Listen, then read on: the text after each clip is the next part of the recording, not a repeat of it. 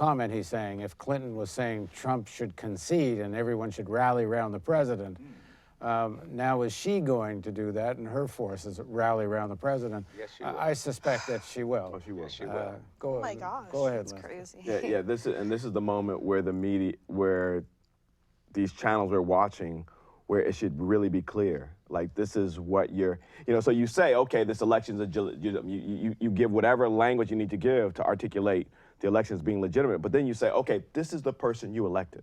Right. This is all the things he said, and this is all the things he's done, and this is who you elected, right? But they're not even gonna do, they're not gonna even do that. No. Right? They're not even like, wow, wait a second. This is who you elected, and this is what we kind of enabled to happen. This is her Al Gore moment. And Yeah.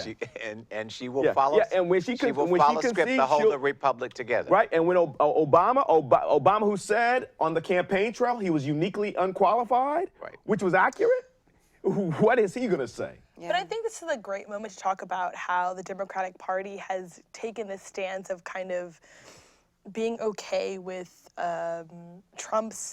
Trumpism, basically, right? So it's this idea that we will give money to Trump, like headquarters that are burned down, because it doesn't really matter, because we want to be stronger together.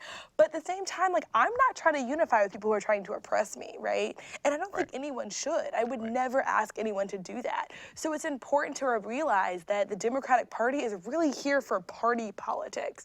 It's not really here for me as a black woman. It's not here for black people, black working class people especially. So what do we do now that this party that is supposed to be for black people has failed us, deeply failed us? So this is where it becomes challenging, because it's not quite, the analogy doesn't quite work, or it's not quite symmetrical.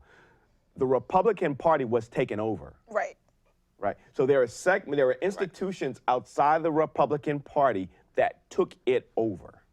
Right. So whatever we look at, we can't, to the extent we're looking at party and a party apparatus, whatever party apparatus that is, we have to generate the institution or further develop the institutions outside the party to infect. Well, I would take a different vantage point. Some people would say that the Republican Party's base actually took it over. It took it over. The Tea Party. So it's within the party that took it over. Demanded that Yes. But the that Tea Party it was a actually construction. be a white nationalist party. Yeah, but the Tea Party was a construction. Yes, but the Tea Party was a construction. Every party has trends, currents within it.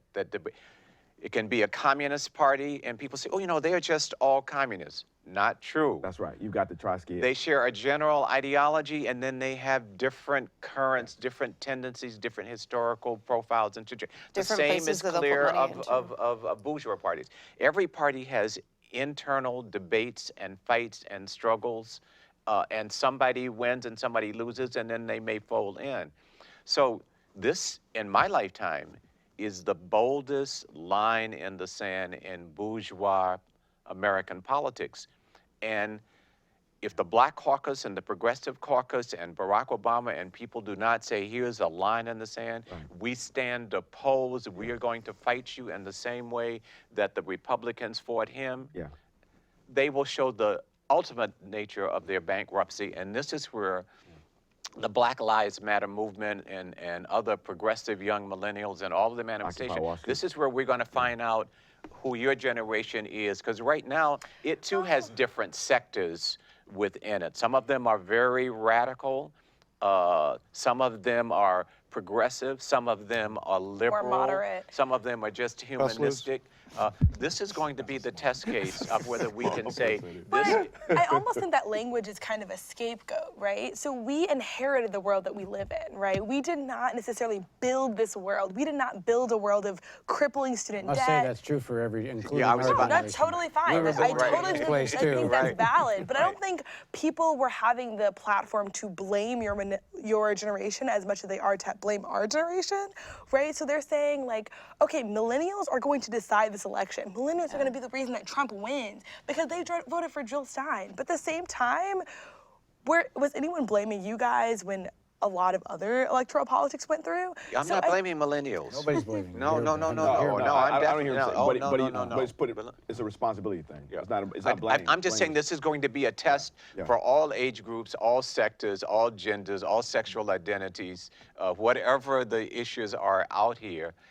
This is going to be a test case because this system is in crisis. Yeah, I think And that's the critical point. The same way Vietnam was a test case for our generation. Right, yes. And we stepped up to the plate. Right. The same way civil rights was a test case for another generation. This now is a test case for a newer generation. To go forward, to try to save the planet, try to, reverse this kind of trend that's going to be very detrimental to people all around the world.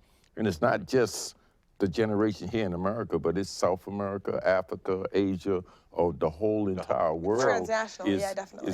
Is it?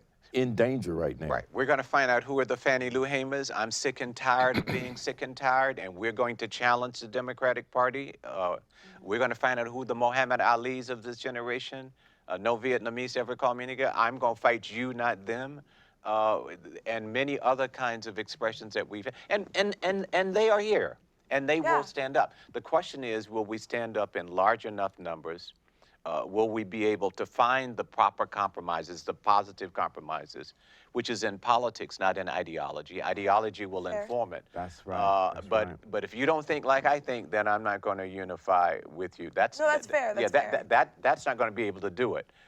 It's going to be, where are the sectors on this side of the line? We may not all stand in the same place, but we're on this side of the line versus who is on the other side of the line, and how. That's the real politic that we're going to have to figure out. People on the left have to make sure that they are drawing the line and not just watching to see where the line being drawn. Yeah, definitely. Yes. And we have to figure watching Obama draw a line. And what do we mean by the left? Because the status quo narrative is that the left is within the context of the duopoly. Who's on the right, who's on the center, who's on the left. And now everyone's going to look like a progressive in comparison to Donald Trump. Like there's not that was exactly. one of my What does progressivism mean? That was one of my reasons why. That's why the left must be I was drawing concerned a about. line. That's why I was concerned about this outcome from the point of view of someone who's progressive. Is now there's going to be this great anti-Trump United Front alliance, and all that's going to corporate Democrats are going to position themselves within the anti-Trump alliance. And when Trump starts like 3 new wars over the next 4 years or whatever it is, if the Sanders people, if that whole movement quickly, and Sanders himself needs to do this now, if they will really turn on this Clinton camp and try to push this insurgency and actually literally split, well, whether it's Sanders or not Sanders, there's a whole organization and networks there.